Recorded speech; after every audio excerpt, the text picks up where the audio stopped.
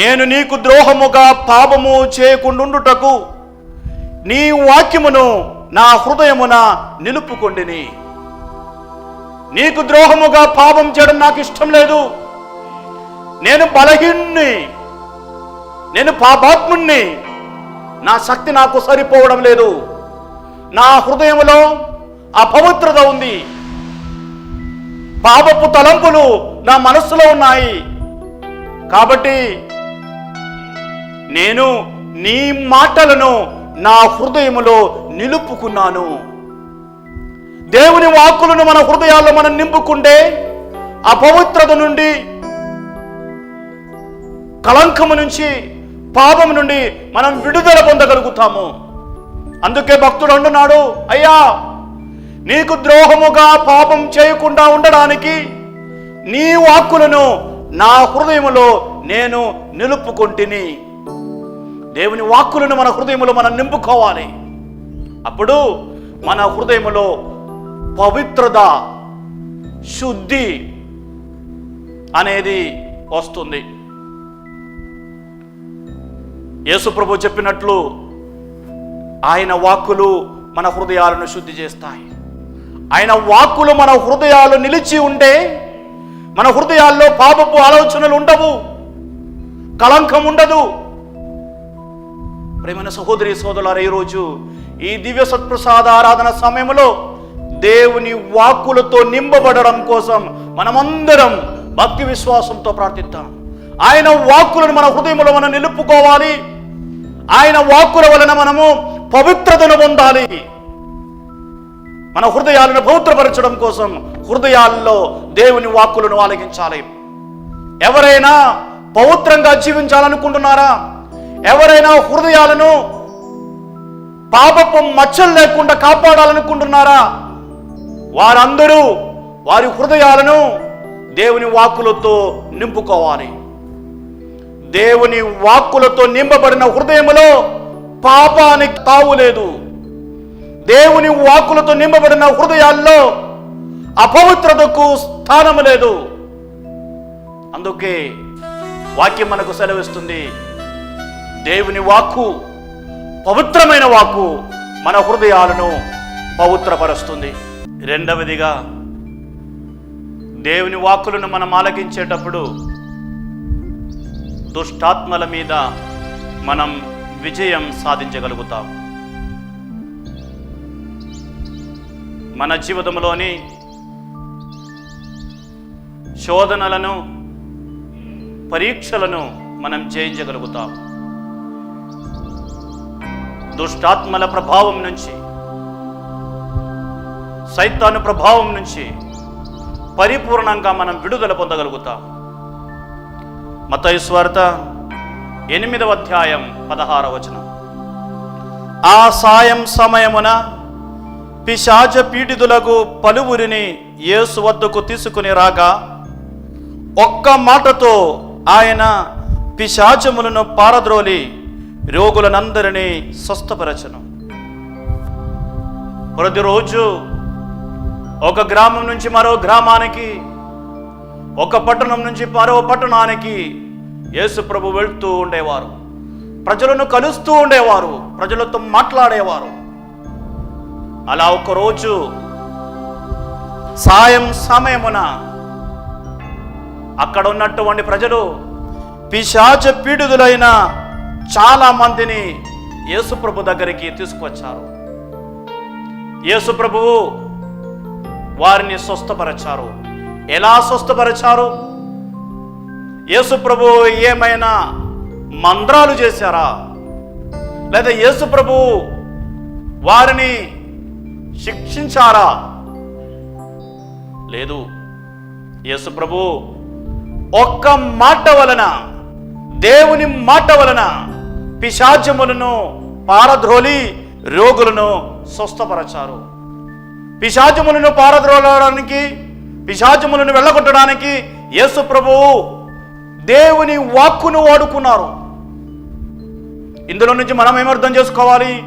దేవుని వాక్కులు మన హృదయాల్లో మనం నిలుపుకుంటే, దేవుని వాక్కులతో మన జీవితాలను మనం నింపుకుంటే, దుష్టాత్మలకు మన జీవితంలో ఎటువంటి స్థానం ఉండదు.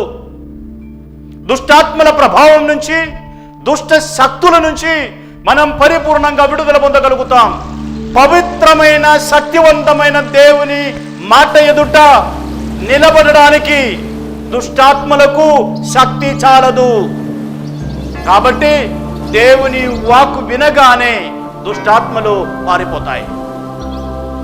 ఆ సాయం సమయమున పిశాచ పీడితులకు పలువురిని యేసు వద్దకు తీసుకుని రాక, ఒక్క మాటతో ఆయన పిశాచములను పారద్రోలి రోగులనందరినీ స్వస్థపరచును. ఈ సాయం సమయమున ఈ యేసు ప్రభు పవిత్ర పాదాల చెంత మనం ఉంటాము. ఆయన సన్నిధిలో మనం కూర్చుంటున్నాము. ఆయన సన్నిధిలో మనం ప్రార్థిస్తున్నాము. దుష్ట శక్తులచే, సైతాను తంత్రములచే, శోధనలచే బాధపడుతున్న ప్రజలారా ప్రార్థించండి. దేవుని వాక్కును స్వీకరించండి. ఈ యేసు ప్రభు వాక్కు ఎదుట దుష్టాత్మలకు శక్తి లేదు. కాబట్టి ఆయన వాక్కుతో మీ హృదయాలను నింపండి. దుష్ట శక్తులు పారిపోతాయి. ఆ సాయం సమయమున యేసు ప్రభు ఒక్క మాట ద్వారా వారిని స్వస్థపరిచినట్లు, ఈ సాయం సమయమున, ఈ దివ్య సత్ప్రసాద ఆరాధన సమయమున ఈ యేసు ప్రభు తన వాక్కుల ద్వారా మనలను స్వస్థపరుస్తారు. దుష్టాత్మల ప్రభావం నుంచి మనల్ని విడిపిస్తారు. శోధనల నుండి, పరీక్షల నుండి మనల్ని విడిపిస్తారు. మత్తయి సువార్త 4వ అధ్యాయం వచనములు 1 నుంచి 11 వరకు యేసు ప్రభువును సైతాను శోధించిన సంఘటనను మనం చూస్తూ ఉంటాం. యేసు ప్రభు దగ్గరికి సైతాను వస్తున్నాడు, యేసు ప్రభువును శోధిస్తున్నాడు. 3 సార్లు యేసు ప్రభువును శోధించాడు. ఈ శోధనలను యేసు ప్రభు ఎలా జయించారు? యేసు ప్రభు సైతాన్ను కొట్టాడా, తిట్టాడా? లేదు. యేసు ప్రభు సైతాను మీద విజయం సాధించినది వాక్కు వలన. దేవుని వాక్కులను ఉపయోగించి సైతాను మీద యేసు ప్రభువు విజయం సాధించారు. ప్రతిసారి సైతాను శోధిస్తున్నాడు, యేసు ప్రభు వాక్యమును చెబుతున్నాడు. ఈ విధముగా సైతాను శోధనలను యేసు ప్రభువు జయించారు.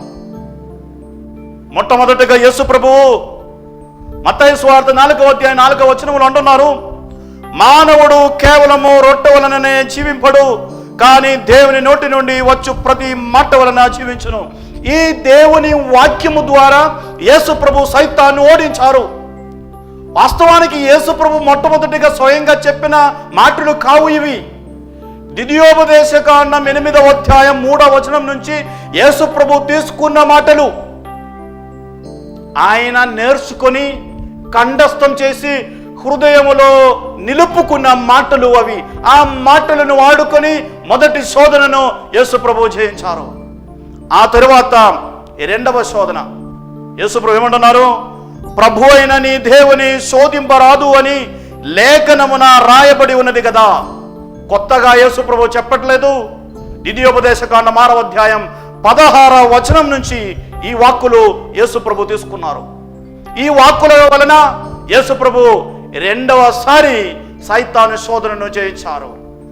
3వసారి మత్తయి సువార్త 4వ అధ్యాయం 10వ వచనములో యేసు ప్రభు అంటున్నారు, సైతాను పొమ్ము, ప్రభు అయిన నీ దేవుని ఆరాధింపుము, ఆయనను మాత్రమే నీవు సేవింపుము అని రాయబడి ఉన్నది కదా.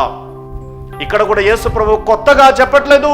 ద్వితీయోపదేశకాండం 6వ అధ్యాయం 13వ వచనం నుంచి యేసు ప్రభు దేవుని వాక్యమును తీసుకుని ఆ వాక్యముతో సైతాన్ను ఓడిస్తున్నారు. 3 సార్లు శోధిస్తున్నాడు. 3 సార్లు కూడా యేసు ప్రభు ద్వితీయోపదేశకాండం నుంచి దేవుని వాక్యమును తీసుకొని ఆ వాక్యముతో సైతాన్ను ఎదిరిస్తున్నారు.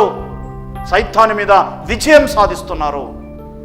తాను నేర్చుకొని హృదయములో పదిలపరుచుకున్న వాక్యాలతో సైతాను మీద యేసు ప్రభు విజయం సాధించారంటే, ప్రియమైన సహోదరి సహోదరులారా, దేవుని నుండి మనం ఆలకించిన, మన హృదయాల్లో మనం నింపుకున్న మన దేవుని వాక్కులు దుష్టాత్మల తంత్రముల నుంచి మనల్ని కాపాడుతాయి. దేవుని వాక్కులు సైతాను మీద విజయం సాధించడానికి మనకు తోడ్పడుతాయి. దేవుని వాక్కులు నా హృదయంలో ఉంటే ఏ సైతాను శక్తి నా దగ్గరికి రాదు. ఎందుకంటే దేవుని మాట అంటే వానికి భయం. ఆ సాయం సమయమున తన చెంతకు తీసుకురాబడిన పిశాచ పీడితులకు వారిని ఒక్క మాటచే స్వస్థపరచిన ఈ గొప్ప దేవుడు ఈ సాయం సమయమున తన వాక్కులతో మనల్ని అభిషేకించి మన హృదయాల్లో తన వాక్కులను నింపి దుష్ట శక్తుల మీద గొప్ప విజయం సాధించడానికి మనకు తోడ్పడుతున్నారు. మూడవదిగా, దేవుని వాక్కులను ఆలకించేవారు దేవుని వాక్కులను హృదయములో నింపుకునేవారు చేసే ప్రతి కార్యములో విజయం సాధిస్తారు. నీ నోట నా మాట ఉండే, నీ వెంట నేను ఉంటాను. అందుకే యేసు ప్రభువు మనకు చెప్పారు, నా మాటను మీరు ఆలకించండి. అందుకే తండ్రి అయిన దేవుడు చెప్పారు, ఈయన నా ప్రియమైన కుమారుడు, ఈయన వాక్కులు మీరు ఆలకించండి. ఈయన వాక్కులు మీకు జీవమునిస్తాయి. ఈయన వాక్కులు మీకు రక్షణ మార్గమును చూపిస్తాయి. ఈయన వాక్కులు మీకు స్వస్థతనిస్తాయి. ఈయన వాక్కులు మీకు పవిత్రతనిస్తాయి. ప్రియమైన సహోదరి సహోదరులారా, యెహోషువ గ్రంథం 1వ అధ్యాయం 8వ వచనం. యెహోషువ గ్రంథం 1వ అధ్యాయం 8వ వచనం. ప్రభు అయిన దేవుడు యెహోషువతో మాట్లాడుతూ ఈ విధంగా చెప్పారు, ఈ ధర్మశాస్త్రమును నిత్యము పఠింపుము, అహోరాత్రములో మననము చేసుకునము, దానిలో చెప్పిన న్యాయములన్నిటినీ పాటింపుము. అప్పుడు నీ కార్యములు సంపూర్ణము, నీవు కృతార్థుడవగుదువు. నీ కార్యములు సంపూర్ణముగా నెరవేరుతాయి. ఎప్పుడు? పవిత్ర గ్రంథాన్ని నీవు పఠించేటప్పుడు, అందులోని వాక్యాలు నీ హృదయంలో నింపుకుంటే నువ్వు చేసే ప్రతి కార్యములో విజయం సాధిస్తావు. ప్రియమైన సహోదరి సహోదరులారా, దేవుని వాక్కులను ఆలకిస్తే మన జీవితంలో జరిగే 3 గొప్ప కార్యాలను మనం గ్రహించాము. మొట్టమొదటిగా, దేవుని వాక్కుల వలన మనం పవిత్రతను పొందగలుగుతాము. నేను మీతో చెప్పిన మాటల వలన మీరు ఇప్పుడు శుద్ధులైతరి.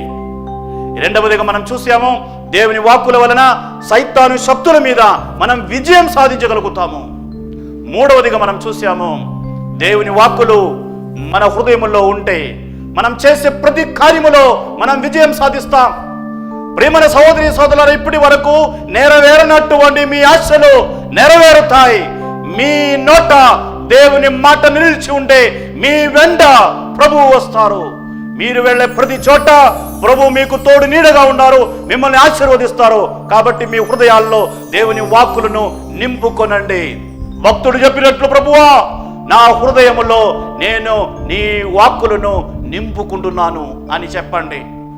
ఈ ప్రభు సన్నిధిలో కూర్చుండి, ఈ ప్రభు సన్నిధిలో భక్తి శ్రద్ధలతో ఉండి, ఆ తండ్రి అయిన దేవుడు చెప్పినట్లు ఈయన వాక్కులను మనం ఆలకిద్దాం. ఈయన నా ప్రియమైన కుమారుడు, ఈయన వాక్కులను ఆలకించండి. ఆ వాక్కులను ఆలకిస్తే మన జీవితంలో 3 విధాలుగా మార్పులు జరుగుతాయని మనం చూసాము. ఈ మార్పులు ఈ రోజు మన జీవితంలో జరగడం కోసం, ఈ సాయం సమయమున మన జీవితంలో గొప్ప మార్పు రావడం కోసం మనమందరం కలిసి భక్తిపూర్వకంగా ప్రార్థిద్దాం. దేవుడు మనల్ని ధారాళంగా దీవించును గాక.